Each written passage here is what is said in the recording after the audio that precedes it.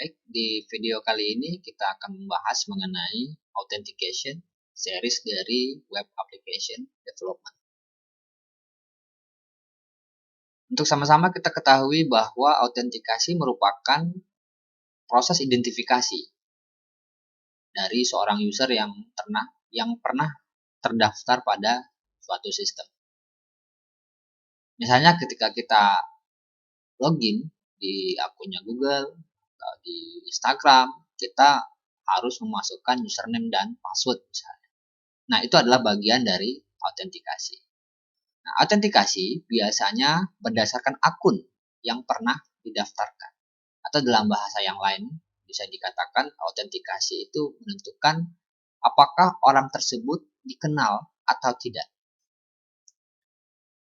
Macam-macamnya ada banyak sebenarnya bentuk implementasi dari autentikasi, bisa menggunakan username dan password yang pada umumnya kita lakukan pada sistem-sistem misalnya di web.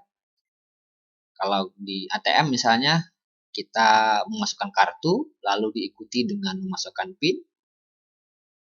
Ada juga beberapa bank yang sudah menyediakan autentikasi untuk tarik tunai di ATM tanpa harus menggunakan kartu. Misalnya dengan bermodalkan handphone yang terkoneksi ke internet, lalu seseorang bisa terautentikasi untuk menarik uang secara tunai di ATM tanpa harus memasukkan kartu ATM. Ada modal lain misalnya juga dalam bentuk sidik jari yang ada di handphone atau smartphone yang tersedia perangkat sidik jari atau di laptop juga misalnya. Dan beberapa jenis autentikasi yang lain.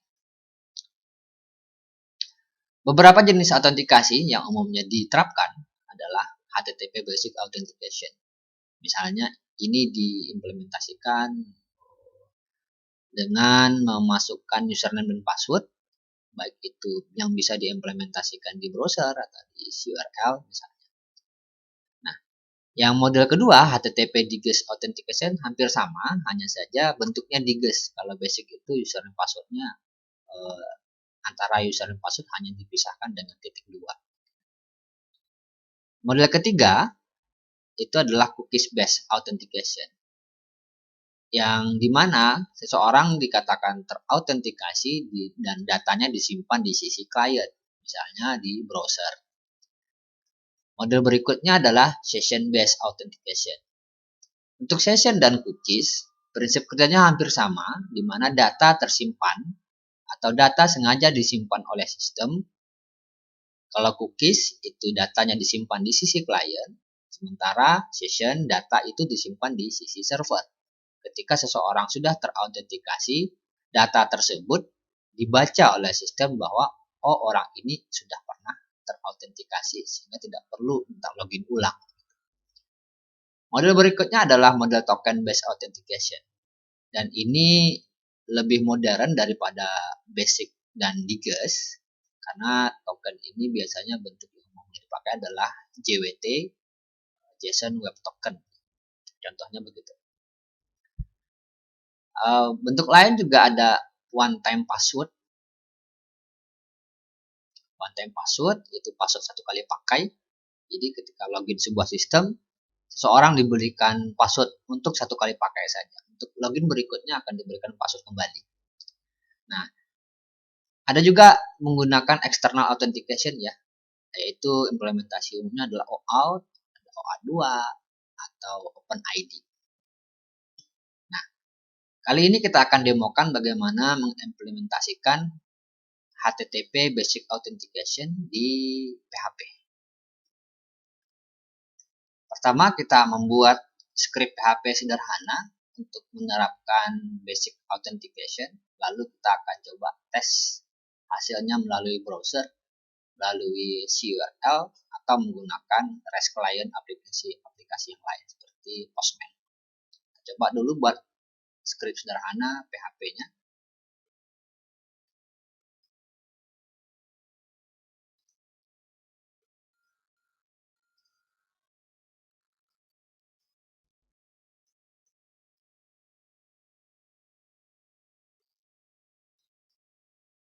Kita coba buatkan satu directory out gitu ya. Lalu saya buat sebuah file PHP basic out. Nah, untuk basic out sendiri di PHP itu dapat menggunakan function header ya. Header. Nah, di header inilah kita bisa menggunakan www.authenticate. Jenis autentikasinya adalah basic. Kemudian kita coba kirim ke user itu http 401. 401 ini kode HTTP code untuk unauthenticate, unauthorized gitu ya. Jadi unauthorized. Dan kita kasih pesan sederhana, please provide password, username dan password. Nah, kita coba eksekusi sederhana ini dulu di script saya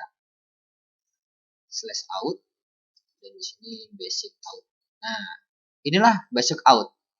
Jadi ketika akses di browser akan meminta kita memasukkan username dan password. Kalau ini tidak terjadi apa-apa ya, akan terus minta terus username dan password karena di scriptnya tidak ada handling. Baik, kita tekan cancel, dia akan munculkan pesan yang sudah kita tulis tadi.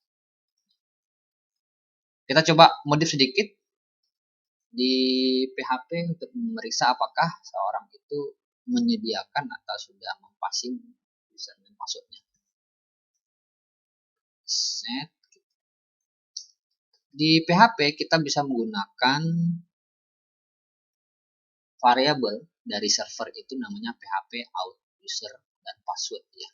Kalau yang diges ini, kita cek salah satu saja, user PHP out user, atau kalau ingin dicek dua-duanya juga boleh ya.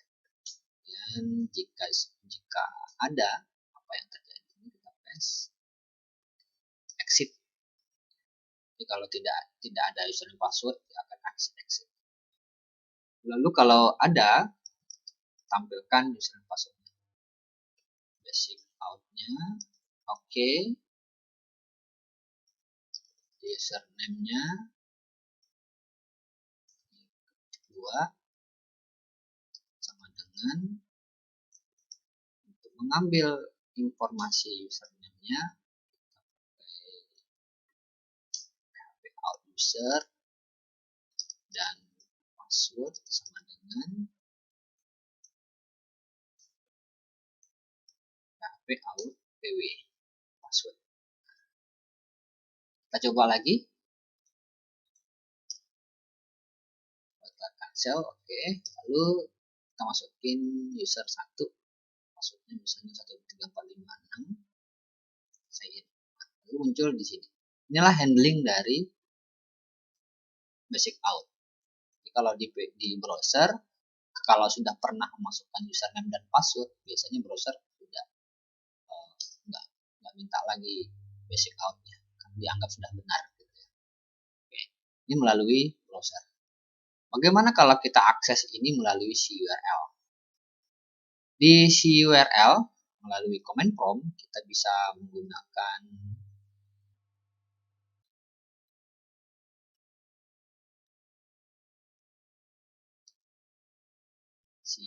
command CURL, lalu alamatnya tadi paste saja, copy,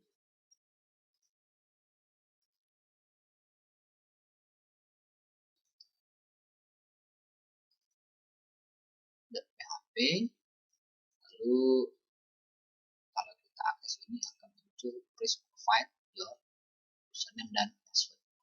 Nah, kalau kita ingin menunjukkan headernya, akan muncul http 11401 unauthorized server ini, lalu www.authenticate Header ini juga bisa sebenarnya dibaca melalui browser. Kalau kita ingin cek di browser lagi, tadi ya, kita inspect, lalu di bagian network, kita refresh dulu. Nah, ini dia, di bagian header akan ada informasi request header ya, authorization basic. Nah, inilah dia informasi yang muncul. Ini menunjukkan bahwa halaman ini menggunakan basic authentication. Baik. Nah, kita kembali lagi ke yang tadi.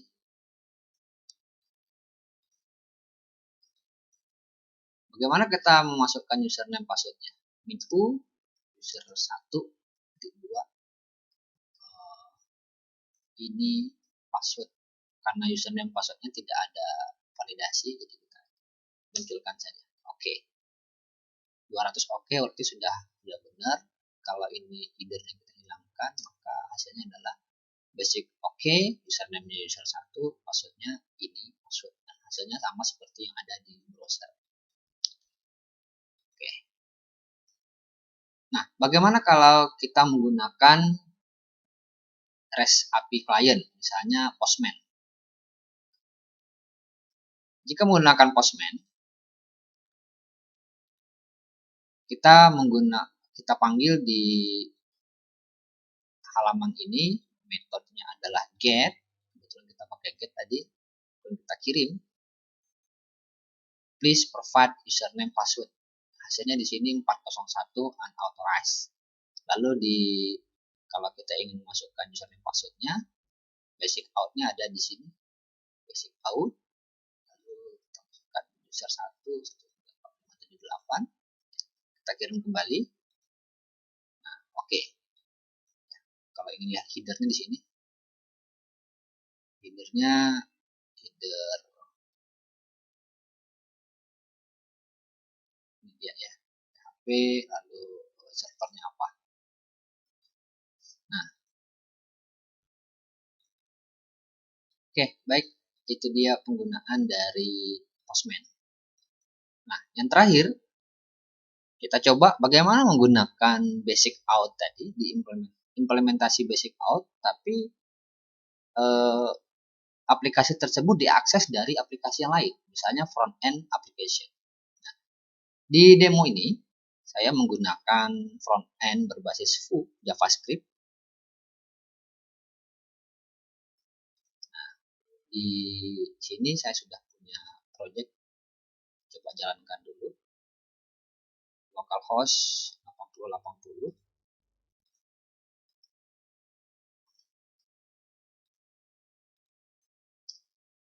Ini dia, nggak ada isi apa-apa. Lalu di dalam Vue-nya app Vue, nah di sini ya manggil komponen namanya Hello World. Di sini saya sudah punya function load data. Load data itu manggil Axios. Nah, masukkan URL di sini http www.localhost/out basic out.php. Kalau dia oke, manggil data direspon. Kalau error juga munculkan konsolnya. Kalau dia sudah selesai juga munculkan data di konsolnya. Nah, metode load data itu dipanggil pada saat mounted dari Vue, di pertama kali dipanggil gitu. Kita jalankan konsol dulu karena ini enggak dimunculkan di Vue-nya. Nah, ini dia. Kalau muncul seperti ini, cross origin request block, berarti ini dianggap dua aplikasi yang berbeda ya. Satu front end, satu back end. Ini back end-nya beda domain, ya.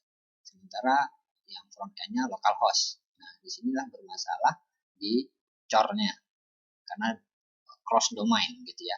Nah, untuk menghandle ini kita bisa tambahkan script sederhana di PHP yang membolehkan request dari domain yang berbeda. kalau implementasi di web server misalnya di hosting, ini perlu hati-hati dapat diakses dari server atau web lain. Biasanya kalau menggunakan hosting sendiri kan dengan domain yang sama, atau dengan subdomain itu nggak ada masalah.